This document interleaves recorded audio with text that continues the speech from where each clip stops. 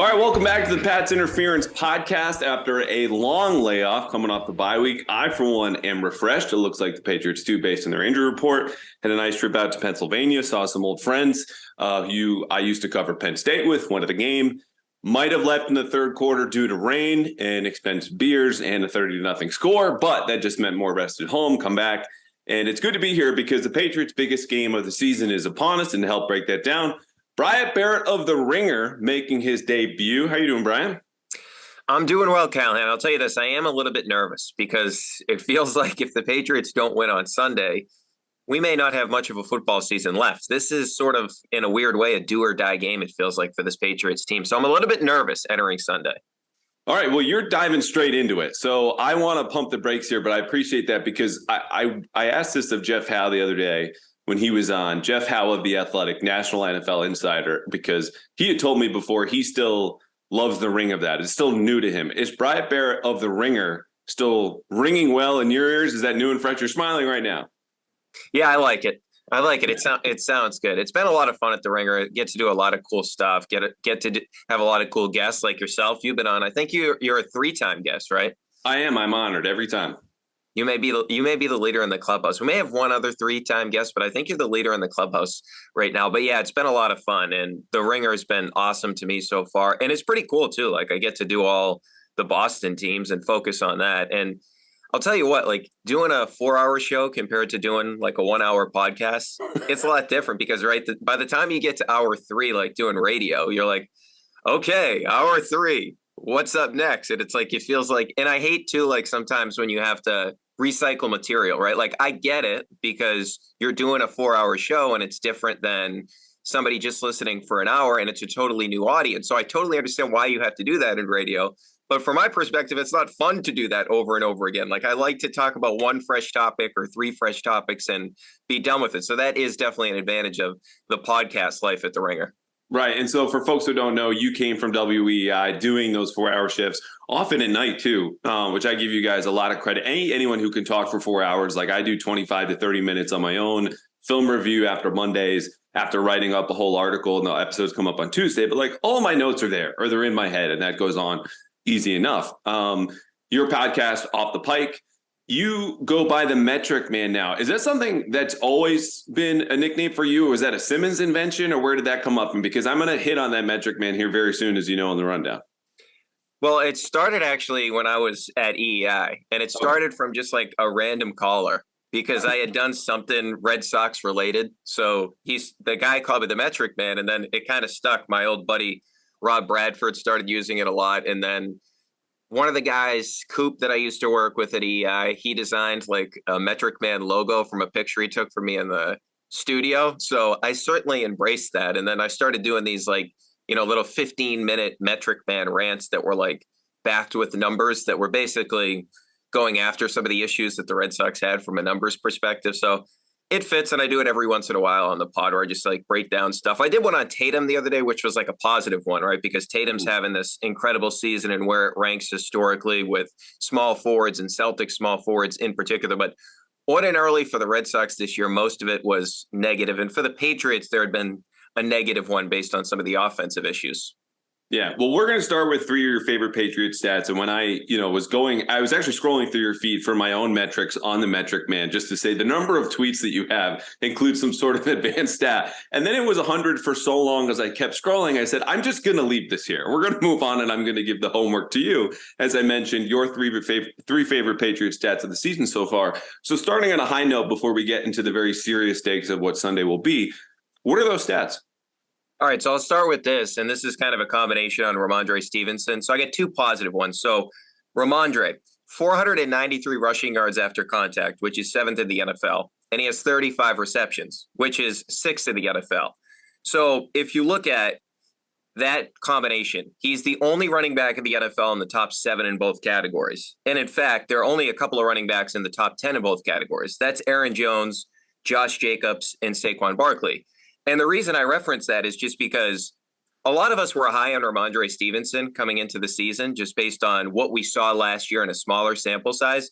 But it's not like he's climbed into the conversation of a top 5 running back or a top 10 running back in the NFL. He's passed so many guys this season that it's just incredible to me because we thought, okay, maybe he can be a pass catching back. And I talked to James White about this prior to the season. He's like, yeah, I think Ramondre can do it. And you see some of these like one-handed catches that he's making. It's just ridiculous. So that combination, Callahan, is just really, really rare to see in the league. So how many stats does that count as? I had it as one. Okay. All right. We got more. Let's go to number 2. All right. Number 2 is just the Jacoby Myers thing. So top 10 in receptions against man this year. And he's 16 to 22 in terms of the targets. So that's 72.7% via PFF. That's really good. And he's 20th in receiving yards at 65.3 per game. And then you look at the catch percentage, it's gone from 65.3% to 76.9%. And the amazing thing to me about this jump for Myers is I think we would all agree it's coming with worse quarterback play with Mac Jones. Here's my concern about the Myers situation is the receiver class in terms of free agency.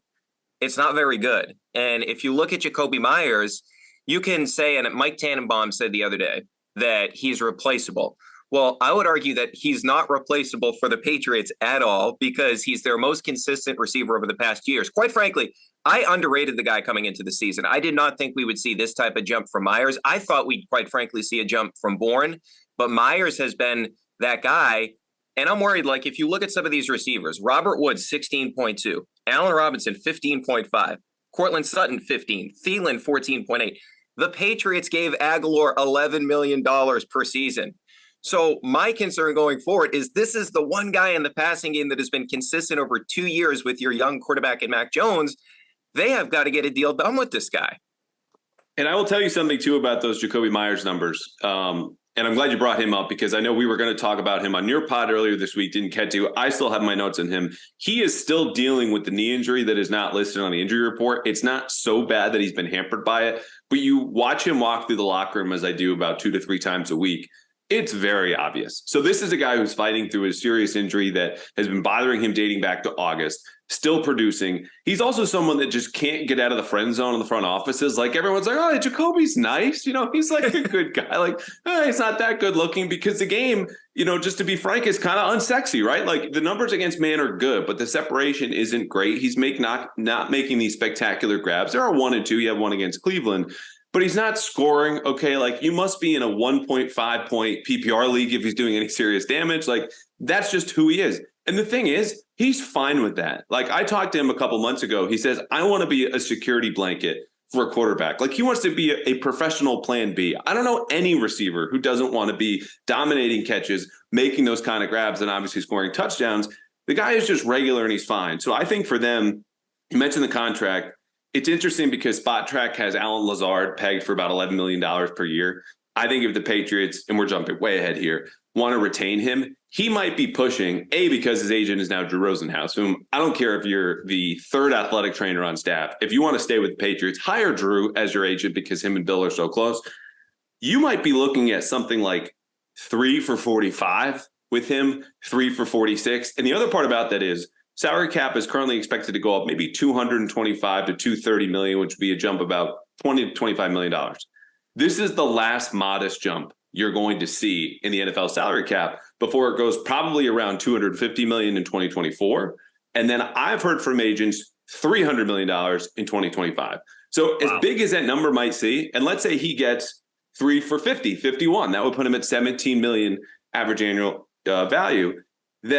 That'll be a better deal in the years to come by the time it finishes. The trouble is just even Mike Tannenbaum, not in the front office anymore, still has Jacoby Myers very much firmly in the friend zone. You just can't, there's nothing that stands out about him except for his just raw stats and week-to-week reliability.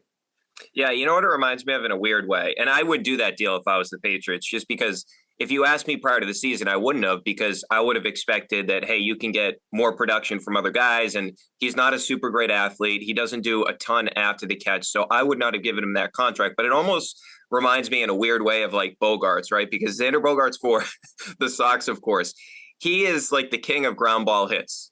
And you're like, okay, and his expected numbers are always worse than his actual numbers. But at some point, you got to acknowledge, like, okay, this guy just may be really good at doing this particular thing where he can hit it where the infielder's not. He's a skilled hitter, right? He's an incredible hitter in terms of his hands. And I know I'm going down a rabbit hole here, But with Myers, it's like, well, I have to believe it now because now we're seeing it for the second consecutive season. He's doing it each and every week. As you said, he's doing it banged up. So I'm at the point now where just based on the evidence, I have to believe in the player. And it's not like you have great backup plans to not bring him back. Exactly. And he's also a guy, and people remembered this like it was that Chris Hogan played lacrosse. I don't know if you ever heard that. That he was a converted, once or twice. He was a converted quarterback coming out of NC State. So he came in playing 2 seasons of receiver. His first year is like, oh, Tom Brady needs you ASAP because our first round pick, N'Keal Harry, is flopping in 2019. And he goes out and he's one of their leading pass catchers. 2020, number 1 receiver by catches. Last year, the same deal. And now he's on target despite missing a couple of games to do it again. Enough of Jacoby Myers, your third favorite Patriot stat from the season. Okay, this is the one that I'll skew negative with because we've made a lot about the RPOs and the play action. But if you just look at Mac Jones this season, 2.5 seconds or less, that is 47.4% of his dropbacks, which is 19th in the NFL. And actually, I'm going back to, let me give you the stats from last year first. So that was last year, 47.4% of his dropbacks, 76.6% in terms of his completion percentage, which was 5th among qualifiers. And he had a 102.6 rating, which was 11th. This year, the number of dropbacks less than 2.5 seconds has dropped to 40.9% from that 47.4. That's 32nd in the NFL. The completion percentage has dropped to 68.4. So not horrible, but it's 27th compared to 5th a season ago. And the rating's at 73.5, which is 38th in the NFL. And just the reason I bring this up is there were layups in the offense for Mac last season. They had things that were working for Mac to get rid of the ball quickly. And this year, not to say that Mac doesn't deserve a lot of the blame for the performance he's had this year compared to a season ago, but the coaching staff, and in particular Matt Patricia and the offensive coaching staff, have made life more difficult for Mac. And it's one of the most disappointing things of the season to me is they're not helping the young quarterback in year 2. And as much as we want to criticize, or at least I did, Josh McDaniels at times, and I know his team's 2-7, they're talking about his status long term. He did do a really good job, at least for the first 13 weeks or so, with Mac Jones, giving him easy opportunities in the passing game. And we're just not seeing that this season. You're right. And there's a lot there. The numbers, 2.5 seconds, that's where PFF tends to draw the line. But it's also, you go historically, under that represents quick game. Okay. Beyond that, either you're under pressure or it's a longer developing pass play. And so the reason that Mac Jones, his snaps, I think you said around 73% down to 40 or 41% of his dropbacks are under 2.5 seconds is both by design. The Patriots early in the season tried to take the passing game downfield, longer developing throws. And then also he's under more pressure. It's up about 1 or 2 pressures per game. And so the trouble is, like you mentioned, they made a conscious decision to say, we want to generate explosive plays downfield. And you needed to change. Like the upside of this is Buffalo had solved you ever since Sean McDermott got there, even against Tom Brady, who threw more interceptions than touchdowns against the Bills defense since 2017. You're averaging fewer than 20 points per game against the best team in the division. You needed to change the structure of this offense as much as it might have been 4th in points or whatever it was last year. The issue is not all change is, created equal and was not as effective. And that decision to go more downfield with an offense that lacks an explosive play threat, like, look, Nelson Aguilar's great time speed. His 1 touchdown is like the rare contested catch grab he had against Pittsburgh. Otherwise, he's done nothing. Tyquan Thornton, he's a rookie. You can't bank on that with him. Devontae Parker in and out of the lineup, because that's what Devontae Parker does. And Mac Jones is much better 0 to 10 yards of the line of scrimmage than anything beyond 10 yards. So the decision to live there, I think, was a mistake and is obviously highlighted in your numbers. Now, part of the reason I asked you for 3 favorite stats is, folks who listen to the pod know we always end with a 3-2-1 preview, 3 matchup, 2 keys, and then 1 extra point. I wanted to do 3-2-1 metric man intro. So we have your 3 favorite stats. We're going to go down memory lane quickly and then come back to the present. And I promise sink into this game. So we'll do these quickly. But you've been following the Patriots for a long time. And I like your global perspective on Boston sports, which I would love to dip into some of the Tatum stuff and what the hell the Red Sox are doing. But sticking here, your 2 favorite Pats-Jets memories when you look back at this rivalry, which hasn't been a rivalry considering the Patriots have won 13 in a row now. All right, so like the Mo Lewis thing changed the trajectory of the franchise, but I can't put it there just because Drew Bledsoe was so hurt, right? It wasn't just a concussion, it was a chest injury. So in the moment, that was a really bad moment, not only for the organization, but for Bledsoe. Now, as we all know, history would change when Brady would take over. But just for the sake of Drew Bledsoe, I can't put that in there just because of the injury that he sustained. So I'll give you one game and one sort of moment. The first one is the butt fumble, right? Because, I mean, you can't forget that. And remember, the Patriots had recently lost to the Jets in the postseason. This was Thanksgiving night. It was a national game. Everybody was watching it. The Patriots completely throttle the Jets 49-19. Sanchez has that play, of course, that will always be shown on TV for years to come. We're never not going to see that one. And that was sort of the Patriots putting the Jets back in their place. Like, okay, you had your fun. You made it to your 2 AFC championship games, but you know what? That's not going to happen anymore. So that's the game. And there was a lot of nominees like Seeing Ghosts, whatever, with Sam Darnold. That was a big one too. But the moment to me, and I kind of like this more than the butt fumble or anything that's happened on the field, is the Revis signing, right? Because this was the Jets guy. And if you go back, 2009, Callahan, I would argue that he had the best cornerback season in NFL history. And it's still a joke that Charles Woodson won the Defensive Player of the Year over him if you look at his numbers against the elite receivers in the NFL. So he comes to the Patriots, and the first 4 games aren't great, but then they kind of figure out what they're doing. Belichick that year, they did a really cool thing where he would cover the number 2 receiver, and they would like double the number 1. So it was really cool to see.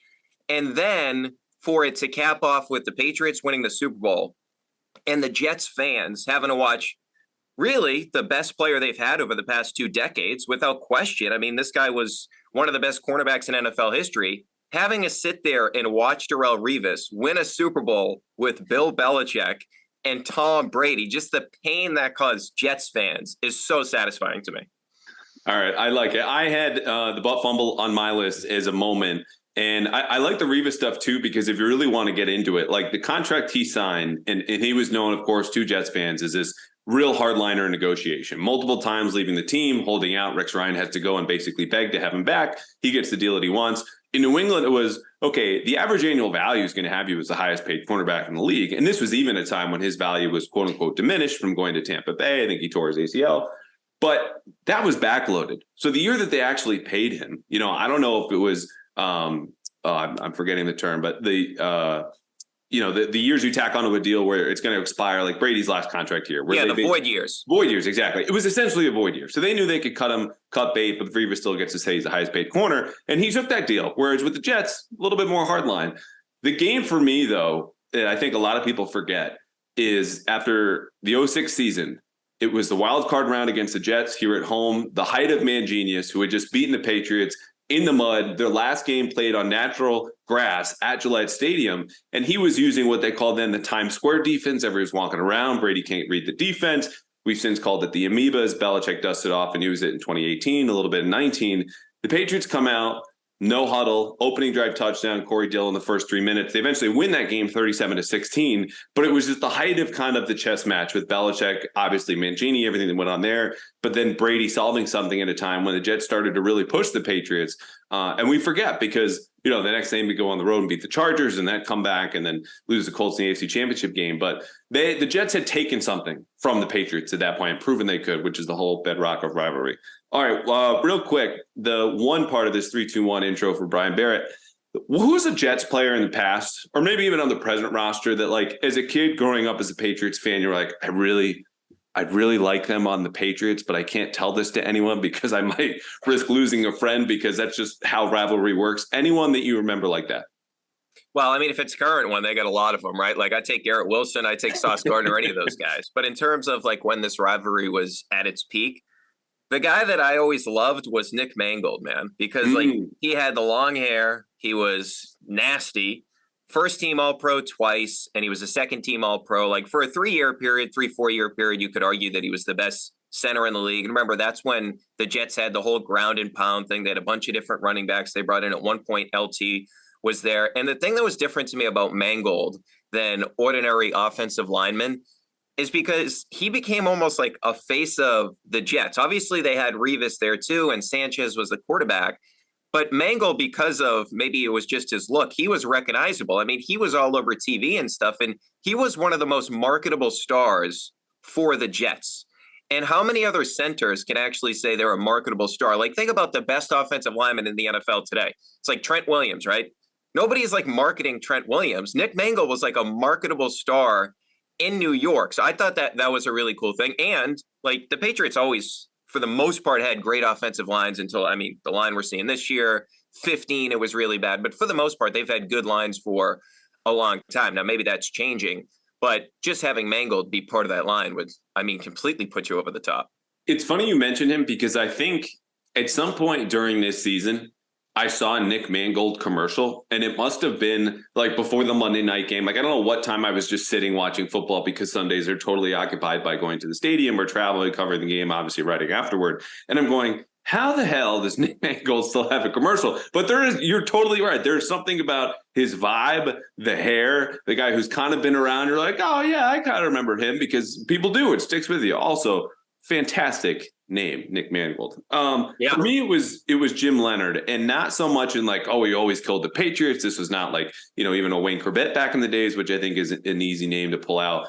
But he was a guy that, in the game that they beat the Patriots in the divisional round, helped create the game plan that totally flummoxed Brady and Belichick. And is someone who always had a nose around the ball.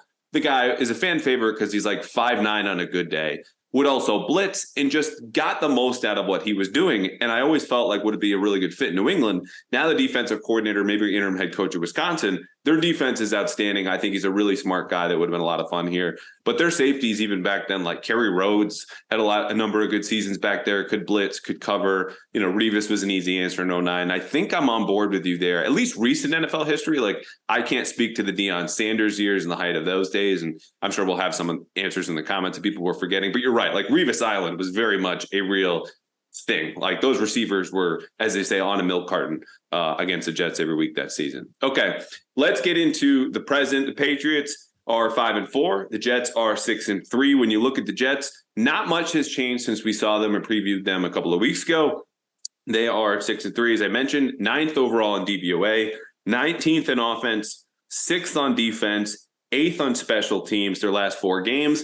The one thing that has changed is they have the best win of the season between themselves and the Patriots. And that was 20-17 versus Buffalo. Week before, as we run down their last 4, obviously lost the Patriots 22-17 the week before that, won at Denver 16-9. And one of these games that just like, if the Broncos are on your TV, just change the channel. There's no need to watch that game. Anything involving the Broncos, just get it out of your life. And then before that, and this feels a million years ago, they won 27-10 at Green Bay, a win that makes a little bit more sense considering what we know about the Packers. So, as you can tell, this is a top 10 team just barely by DVOA, but it would be firmly if not for the offense. And that's largely because of Zach Wilson. Zach Wilson completing 57% of his passes, 4 touchdowns, 5 interceptions, a QBR at 49, 1,202 yards on the season. People ask, like, how did they upset the Bills? And I answered this on TV just last night. The answer is real simple. Zach Wilson got spanked against Patriots, learned his lesson at least for a week of like, just take the checkdowns.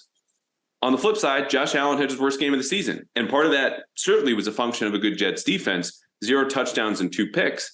And so I think all of that considered against the Patriots offense that similarly has a very good defense and very good special teams, but a quarterback who, despite the raw numbers, is still a little more risk averse than Zach Wilson. They're favored by 3.5 points. I think they should be. And if they win as expected, does that change your confidence and belief, understanding this is a good team, basically, except for the quarterback? Or do you still feel the same about the Patriots that they win and both of these teams are 6-4? Yeah, I think they have to win convincingly for me to feel good about it for a couple of reasons, right? Because I'm not going to learn much about the Patriots defense, and we know that they're first in EPA, they're first in a bunch of statistical categories. But unless they really play poorly, then we're like, oh, the Patriots defense really got exposed. But you think about the quarterbacks they've beaten: Trubisky, Goff, Brissett, Wilson, and Sam Ehlinger, which I still don't know why the Colts are playing that guy. But nonetheless, the losses are Tua, who's been incredible this season, Lamar, who we know what he does, Rodgers, even though he's having a down year, it's Rodgers, and Fields, who's like really starting to come on right now. So they've lost to the good quarterbacks and they've beaten the bad quarterbacks. So next week, when you play Cousins and then you have Josh Allen, that's where I think we really start to judge this defense. And look, they're doing their job. This is not meant to be an indictment on the defense. It's just, I can't really learn a lot from the Patriots defense if they really slow down Zach Wilson and that Jets offense. But the offense, to me, this is where I think it has to be convincing.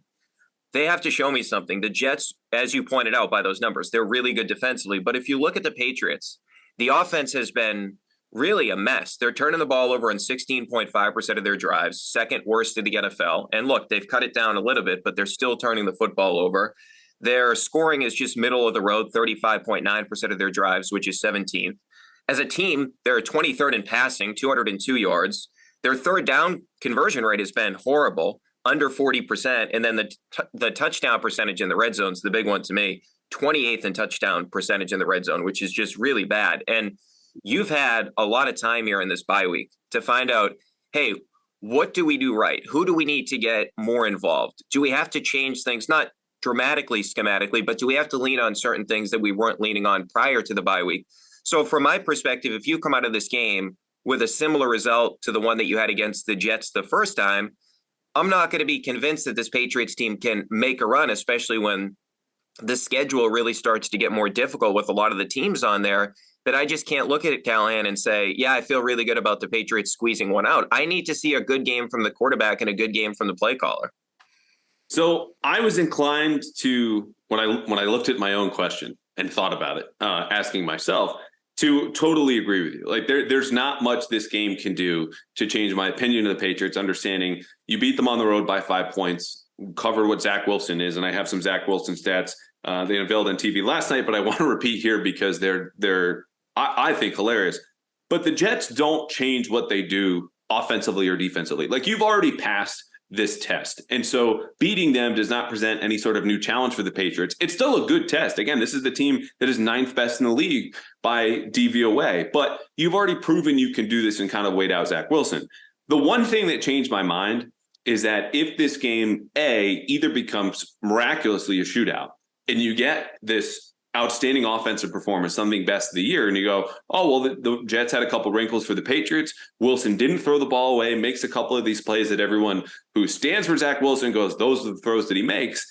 Your offense comes up, either has a comeback. That shows me you can solve a new problem, like a 10-point second half deficit, which they really haven't been able to do with Mac Jones, considering how run heavy they've been. You win a game like that, and you understand and trust that your defense will bounce back moving forward. I do trust them a little bit more, even if they get themselves in a hole. And they were down, 10-6 at halftime against the Jets. That's not 10 points down where the Jets have control of the game. I just think that's probably the only path, even if they do win. Now, if they win convincingly, like you said, that's a totally different story. And I think everyone's going, okay, they have a chance here. They're 6-4. You can go on the road and beat Minnesota. The flip side of this is if they lose to the Jets, which again, very possible, their playoff chances plummet to 17% according to 538, which 17% not nothing, but I think considering the schedule, you go, probably not going to happen. Do you believe their postseason odds completely hinge? Do you think it's lower than 17% if they lose on Sunday? Yeah, I believe this is over if they lose, because you think about it, you play a good Vikings team who just beat the Bills. You play Buffalo twice. You have Miami again, who looks like one of the best offenses in the league, and by the numbers they are. Cincinnati, who's had its ups and downs, but they're going to have the quarterback advantage in that game, as we know. And then you have the Chargers and the Bengals that are creeping behind you in the standings. And as we mentioned, you're going to play Cincinnati. But the other portion of this is, I think, emotionally, this is going to kill the Patriots, right? Because if you think about it, the past 2 weeks have been fine because they won those games. They ended up beating the Colts. They ended up beating the Jets. And we've talked a lot about how dominant the defense is. But during that time, it's been sort of, I would even argue, a 75-25 split between what people are actually talking about, right? Maybe I'm even underrating that. It's been more about the struggles of the offense than it has been the greatness of the defense so far this season.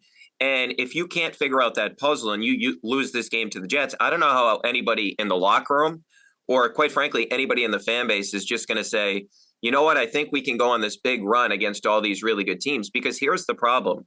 You had that loss already. That loss was Monday night against the Chicago Bears. That's the bad loss in your schedule. Even though Chicago's playing much better, the way that happened where the team was not prepared, Belichick, unfortunately, was thoroughly outcoached in that game. He made the decision, the whole thing with Mac playing 3 series. So that's already the bad loss. You can't repeat that type of situation against this Jets team. You can only have one of those when you're a team like the Patriots, where the margin of error isn't very big.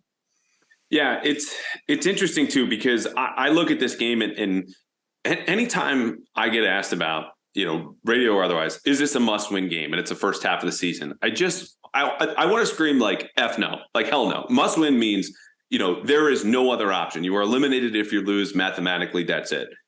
Because I look at that and take that similar attitude here, because let's say they lose closely to the Jets and you take whatever form of a good loss there is, even though you drop down to 5-5.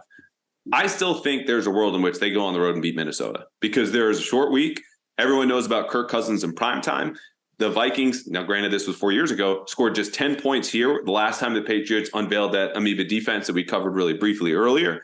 And I think they could go on the road and do that. At that point, you're 6-5, which is the same place that I think most fans would expect them to be, with a win over the Jets and then a loss to the Vikings, who are 8-1. Great for them. But they're not the same 8-1 kind of convincing team, which isn't to take anything away from them, that you look at the standings and go, they're a powerhouse like you thought Buffalo might be. And that's the other part about this, is the Bills, I think, have underperformed relative to expectation at the start of the year, when people are jokingly, including your boss, going, oh, the 17-0 Bills or the 16-1 Bills, because they're that talented, they're that well-rounded. Who's to say the Patriots don't catch Buffalo on a bad day like the Jets do? And you can't bank on that, obviously. It's a lower likelihood than it is more probable to happen. I just think, after the bye week or over the summer or through an off season, the more time passes, the more those of us on the outside get so certain about what's going to happen next. And then games like the Monday night loss to the Bears happen, and we go, oh, that's right. We know nothing, Jon Snow. And so it's a big game. They're a good team. And I think 17% is probably spot on, which, oh, hey, hats off. I think the mathematicians who do math a lot more than me do their jobs well. But there's still a path here, and that's because teams like Buffalo or even Miami, I think, might come down to earth or just stay where they are in Buffalo's case, because this is the NFL and things like that are unpredictable. And it sounds like a cop-out. If they lose 2, obviously they're done. They're cooked. Like that's not to go out on a limb. And you need to win this game. I don't think it's totally over if they lose to the Jets on Sunday. It's just really, really hard, and they're going to need Mac to be Mac on the road and their defense to turn Kirk into a pumpkin in prime time. This, I think, is an easier question to answer. If they lose, are they officially the worst team in the division? I think they have to be, right? I mean, you think about Miami right now, you could argue they were playing some of the best football in the league. Now, I get they had that one hiccup offensively against the Steelers, but I'm really high on everything they're doing. They have a million weapons. Tua is becoming a really good quarterback, which, quite frankly, I didn't see coming. Buffalo is Buffalo. And then the Jets game was losable the first time if it wasn't for the quarterback playing so poorly. And they already have a win stockpiled against the Bills.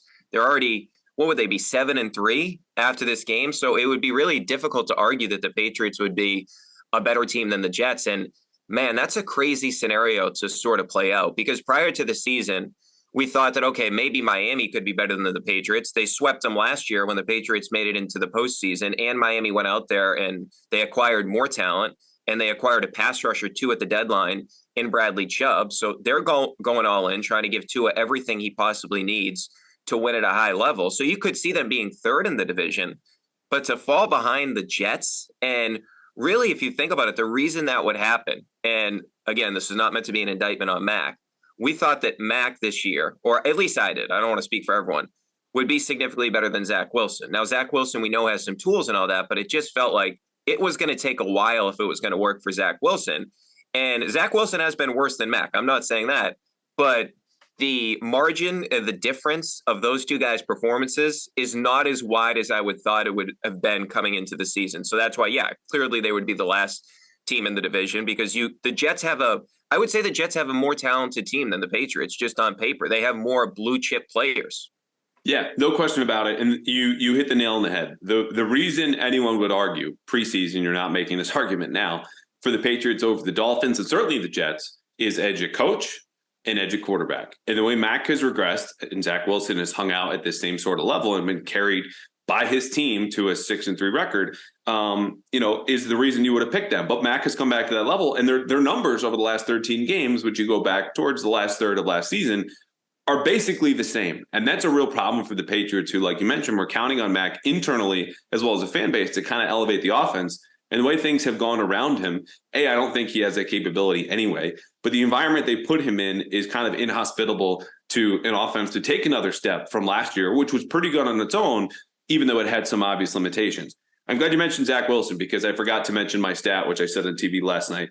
For his career, okay, this is who Zach Wilson is for a year and a half. Because the thing about Mac Jones is he's played at a level Zach Wilson does not come close to so far. You're still, if you are arguing for Zach Wilson, you are showing 1 to 2 plays of look at this throw. This is so great. He's extending. He's throwing 60 yards across the field, and that's it.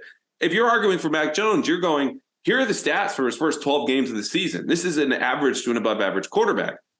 When you do that argument for Zach Wilson, his career, we're talking about a season and a half now. He's completed 56% of his passes. He has 3 more interceptions and touchdowns, and his passer rating is 72.1. There is a quarterback who, in the last 15 to 20 years, made a Super Bowl with almost identical numbers over his 9-year career. This quarterback completed 55% of his passes, down 1%. He had 4 more interceptions and touchdowns over his career in the exact same passer rating, 72.1. So in my mind, Zach Wilson, through a year and a half, has been this quarterback. Can you think or guess this quarterback who is carried by his defense and special teams to a Super Bowl in the last 15, 20 years, and it's not Trent Dilfer? Oh, that was going to be my guess. Belger said the same thing during the break last night, and I gave it up to him, which I should have saved it for the on-air segment. But was it Brad Johnson? No. It couldn't be Joe Flacco, right? Because he had better. Between Brad Johnson and Joe Flacco. The exact same passer rating as Zach Wilson. I'm stumped. It's not Ben. It's Rex Grossman. Oh, I was thinking won a Super Bowl. Okay, Rex. Yeah, with that Bears team. Oh, my God. That's bad memories, too, because the Patriots would have killed the Bears in that Super Bowl. And say what you will about completion percentage and interceptions and touchdowns, and certainly passer rating in this area of, metric men and advanced stats. They're not perfect. But let me tell you, Zach Wilson right now is Rex Grossman, and that's who he's been throughout his career. He just has a better arm. He's better looking. He might be on the prowl a little bit more and for North Jersey moms than Rex Grossman ever was. But that's neither here nor there. It's just to say the thing about Zach Wilson is he's bad, and he continues to be bad. And the fact that Mac Jones has been playing at that level is the reason, obviously, the Patriots are in this position. How much of that is his fault remains to be seen. But that's also the reason they would be definitively the worst team in the division, to answer my own question, if they lose to the Jets, because like you said, they're more talented, and they would have to win on the margins more than the Patriots on Sunday, then go to 7-3. The Patriots are 5-5, and this discussion is moving. Okay, we started with 3-2-1. Let's end with 3-2-1 here, as we do every game preview episode. 3 matchups. You have 2, I have 1. So why don't you lead us off? All right, so the first one I have is I don't know exactly who's going to get Garrett Wilson, because, one of the big plays he had last game, broken coverage with Jalen Mills, whether Jack Jones is going to get his time on him, whoever it is in the secondary, and how the Patriots are going to determine how they're going to play him. Like, are they actually going to give this kid attention as a rookie, where they're going to put a safety over the top? Because last time, 115 yards for him. He followed that up with 8 for 92 against the Buffalo Bills. And this is their big play guy. And you mentioned Zach Wilson just recently here, is he's not going to orchestrate a lot of long drives where it's short passes, right? Where they're moving the chains consistently. They need splash plays, the Jets do, in their passing game. And Garrett Wilson is a problem for the Patriots defense. He's already a problem for NFL defenses. So if he makes a couple of big splash plays in this game, it does worry me that this is how the Jets offense gets going. It opens things up for the running game, which we know they want to take the ball out of Zach Wilson's hands. But Garrett Wilson, to me, is the scariest player on this Jets offense, because he is the one guy I feel like completely can change the game for them. No question. And you look at the raw numbers, they tell the story too. He has 9 more catches than anyone else on the roster. He has more than 100 yards than anyone else on the roster. His yards per reception leads the team. And you look down the other list on that leaderboard, tight end Tyler Conklin doesn't scare you. Then you get to 2 running backs, Michael Carter, Breece Hall, who's obviously out for the year, Corey Davis, who missed the last game, has been dinged up. He didn't practice on Wednesday. And then Elijah Moore and Braxton Berrios. And the Patriots go, yeah, if you want to throw to Braxton Berrios, thank you very much. We had him for the first year plus of his career. Braxton's been better. Congrats to him for getting a second contract with the Jets, but he's just not going to kill you. My matchup, on the other hand, is a guy who could kill the Patriots, and that's Quinnen Williams. Now, his matchup with David Andrews, you would feel more comfortable with, because of the way that the Patriots didn't really survive, but they won with Andrews sidelined with a concussion, James Ferentz starting and facing Williams, and not only Williams, but Sheldon Rankins, who's going to miss this game in all likelihood with a dislocated elbow. So the thing is, Quinnen Williams can still win this matchup because he is the best player in their interior line. versus the Patriots interior line. And I think they're obviously going to try to position him against Cole Strange, who's been benched in 2 straight games. And in that game against the Jets, it wasn't just the 2 holding penalties. It wasn't just a sack. You had a run stuff and a hurry allowed in there too. And then he played even worse against the Colts. So they're going to look at those snaps of Cole Strange versus DeForest Buckner. Again, I think David Andrews helps there. How much of that is schematic? How much of that is him making checks at the line, or also just holding up one-on-one himself? Because the Jets don't, like everybody else, the easiest way to fluster Mac is with pressure inside. Same with any pocket-bound quarterback. And David Andrews, again, either making calls or physically needs to hold up and neutralize Williams, because you can help right tackle, which has been a revolving door. And we've talked about this endlessly in the podcast, specifically Isaiah Wynn. Chips, doubles, slide the protection, all of that, boot, run away from it. That's easy. But you can only do that if your center is holding up one-on-one. And that's why I think David Andrews against Quinnen Williams is going to be big. All right, our third and final matchup to watch. What do you got? Yeah, just real quick on Quinnen Williams too. That guy is an absolute monster. Like the Jets have been so good hitting on these draft picks, except the quarterbacks. Like they've hit on Gardner, they've hit on Wilson, they hit on Quinnen Williams, who I believe was the number 2 pick when he came out. So they've done a really good job. It's just they're missing on the biggest piece, which happens to be the quarterback. All right, so the other one I have is Ramondre Stevenson, just against the Jets rush defense in general, because if you look at the Jets rush defense, 4.0 yards per carry, that's 5th, 6th in run stuff percentage. Last time Ramondre in that game, he had that incredible 35-yard run, but for the game, he was at 16 for 71. So that's 4.4 yards per carry, but you take out that one run, it's 2.25. So it wasn't a very efficient game for Ramondre Stevenson. And this isn't Ramondre Stevenson's fault. As we know, it's the line up front has not given him a lot of help, as I outlined earlier, with all the yards that he's having after contact. Now, he was very effective in the passing game, 7 for 72 in that game.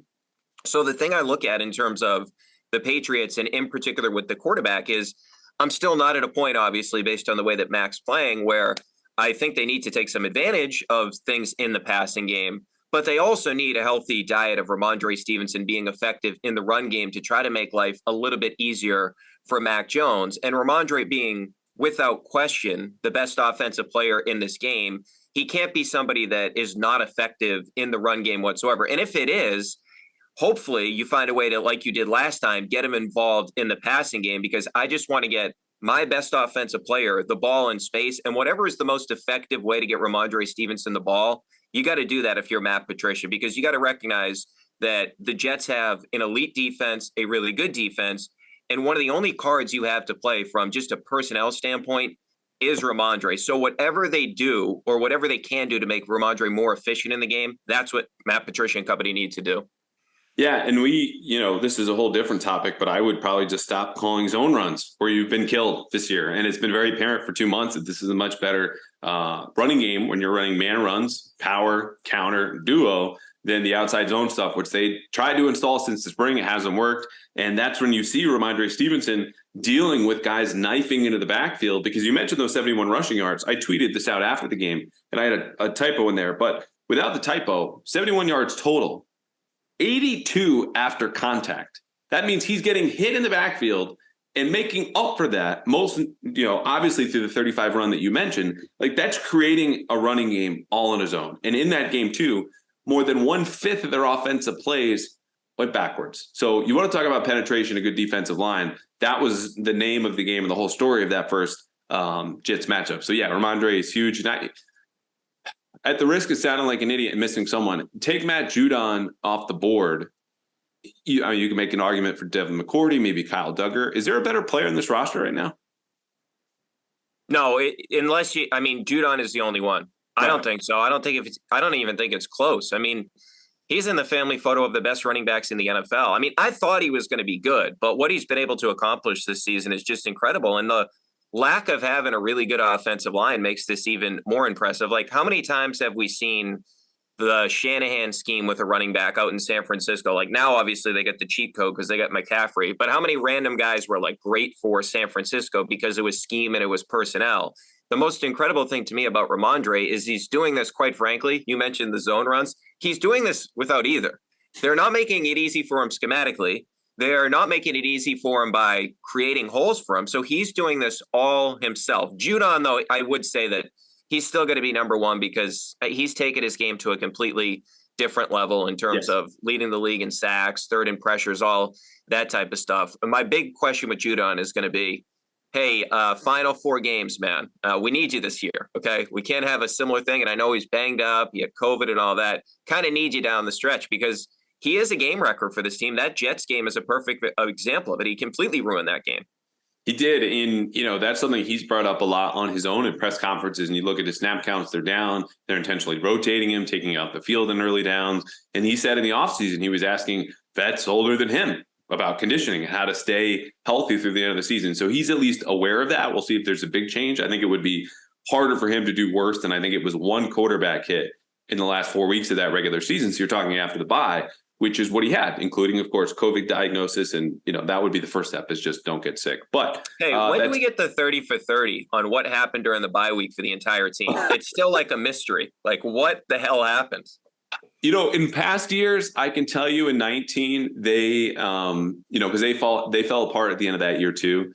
Belichick went heavy with padded practices as a way to say, like, hey, don't take the Dolphins lightly in that season finale. That did not go over well with players. They were coming right off of Christmas.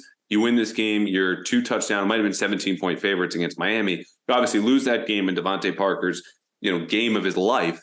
But that's sometimes where they've had some self-inflicted wounds. Now you fast forward 2.5 years, here we are, and Belichick is lightening up on some of those padded practices in training camp. And look, they're still physical. Physicality is at the top of their list of things that we want to accomplish and do in an age where everyone's going side to side and trying to create space and play basketball on grass. That's part of their advantage still. But I think Belichick has leaned more into the sports science part.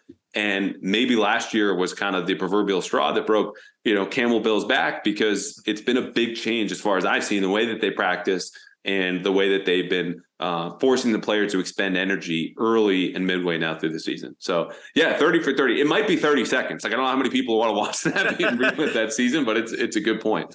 All right, let's do 2 keys. I'll start early down passing. The Patriots threw on early downs close to 70% of the time in the first matchup. It didn't work out so well because of the lack of protection. I think those issues are ones now that you can anticipate. I don't know how well you can solve them, considering, Godwin just might start again at right tackle, or if not, it's Isaiah Wynn. But that's still better than banging your head against a good run defense, which is what they did against the Colts. I've ran down these stats plenty of times, but ultimately you set yourself behind the chains when you do that. And we talked about the penetration the Jets got. You need to put the ball in Mac's hands, put him in shotgun, go quick game, negate the pressure, go no huddle. Those are the same things they did to start the second half of their only touchdown drive, with a good diet of RPOs to take advantage of that Jets defense. And then at some point, if they want to stay in too high, then mix in some first down runs. But you are 20th in first down pass rate, and you are running into stacked boxes as Matt Patricia more than all but 5 other offense in the league, which include offenses like Baltimore, the Eagles, and Tennessee that have a reason to run a first down because they're really good at it. You are not there yet. So throw the ball more on first down. Yeah, I'm with you. As recently as last week, they were dead last in the NFL in EPA per play on second down. And part of that is because you're doing nothing on first down. So my first one is keep the Jets running game in check, because they ran for 5.1 yards per rush against the Bills, and Wilson only threw for 154, and they won the game. And in that game, Michael Carter got going 12 for 76, which is 6.3 yards per carry. Now he's only at 3.9 yards per rush on the season. But in the first game between these two teams, the Jets only ran for 3.4 yards per attempt. So that's part of the reason, and this is sort of the key of why you have to keep the Jets running game is in check. Put the game on Wilson, right? If you look at Wilson, against pressure, he's the worst quarterback in the NFL. 39 out of 39 in terms of his rating. His rating is a 6.6. That's his passer rating against pressure, okay? And against the Patriots, they pressured him on 25% of his dropbacks. He was 4 of 16 with 1 touchdown and 3 interceptions. All 3 interceptions were atrocious. I mean, there was one where he was just backpedaling away from Judon and he could have easily thrown it out of bounds. He was out of the pocket and he threw it right to Devin McCourty. So my biggest thing in this game is find a way, like you did in the first game, to put it on Wilson, because if you do that, Wilson is going to give you the football, or at least he's definitely going to give you opportunities. Maybe not as easy as last time, but he will throw it up to you. He will. And that was something you remember talking about after that game.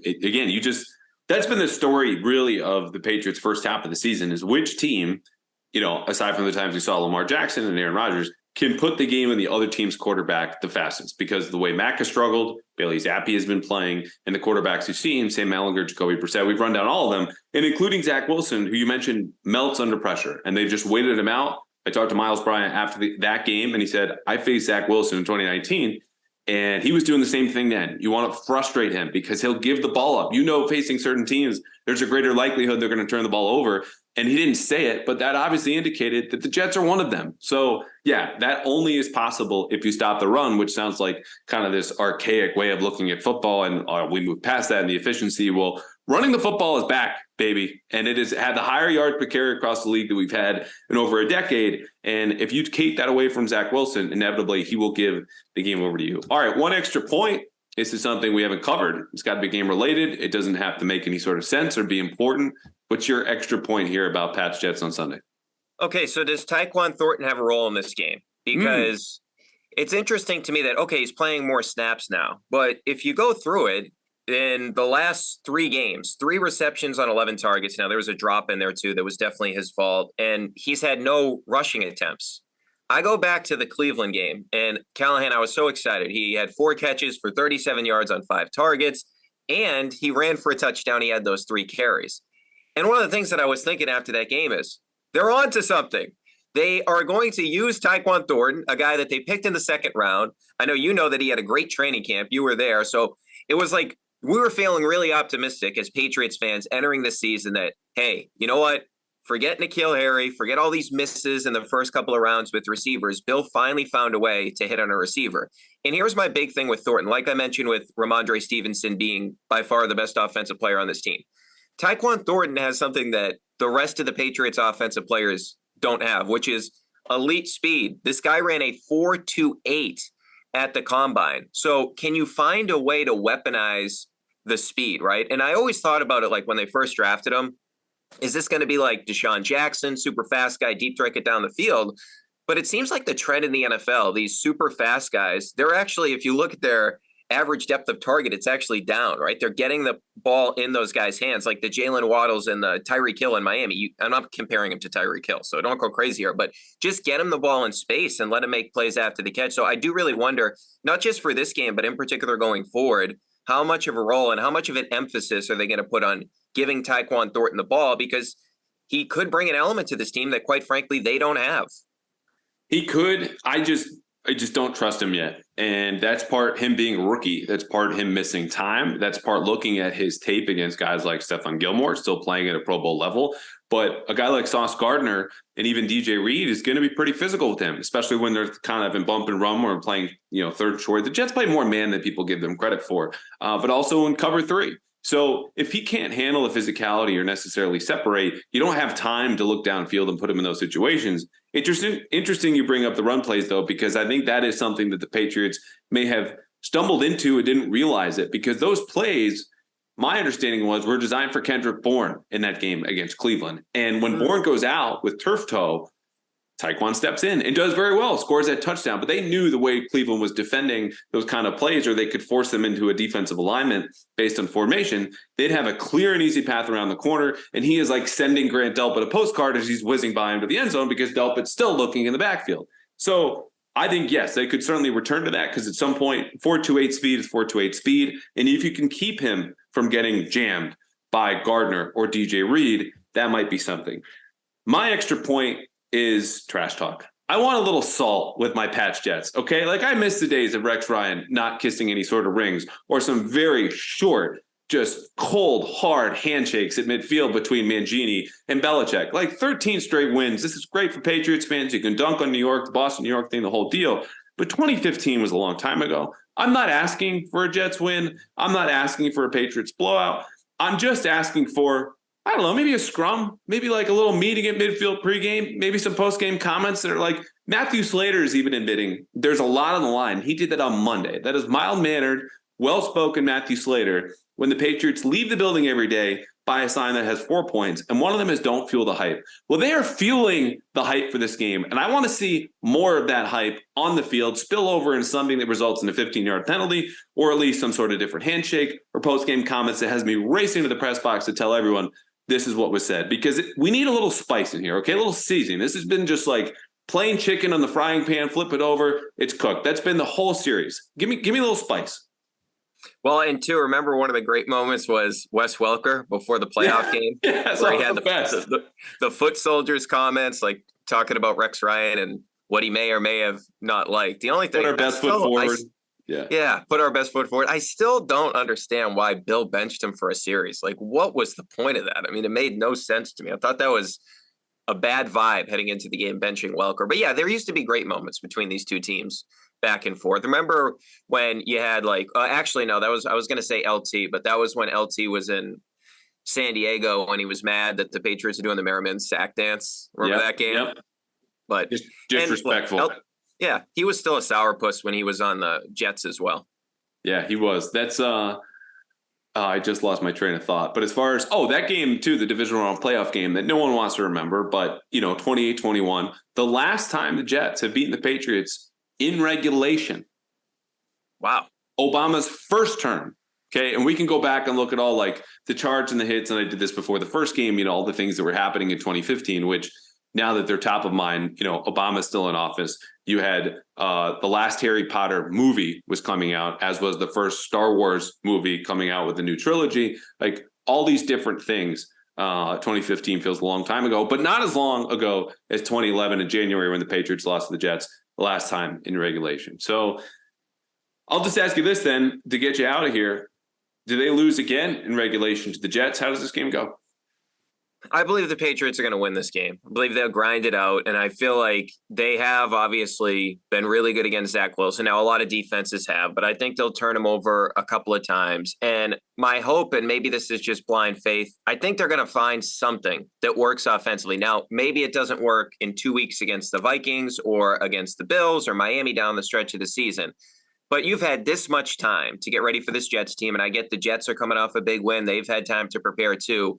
But I feel like I have to imagine they looked, and Mac Jones talked about how it was a self-evaluation week, that at least for a week, they'll find something offensively that you can say, oh, yeah, the Patriots did this really well in this game. I feel like that's going to happen, Callahan. I agree with you. And I want to go back to the comments Mac made. He called it a self-audit, which it wasn't very fun because he called it an audit and not a self-evaluation or scouting or just anything, because of course no one wants to deal with an audit. And that's something he willingly undertook during the bye week.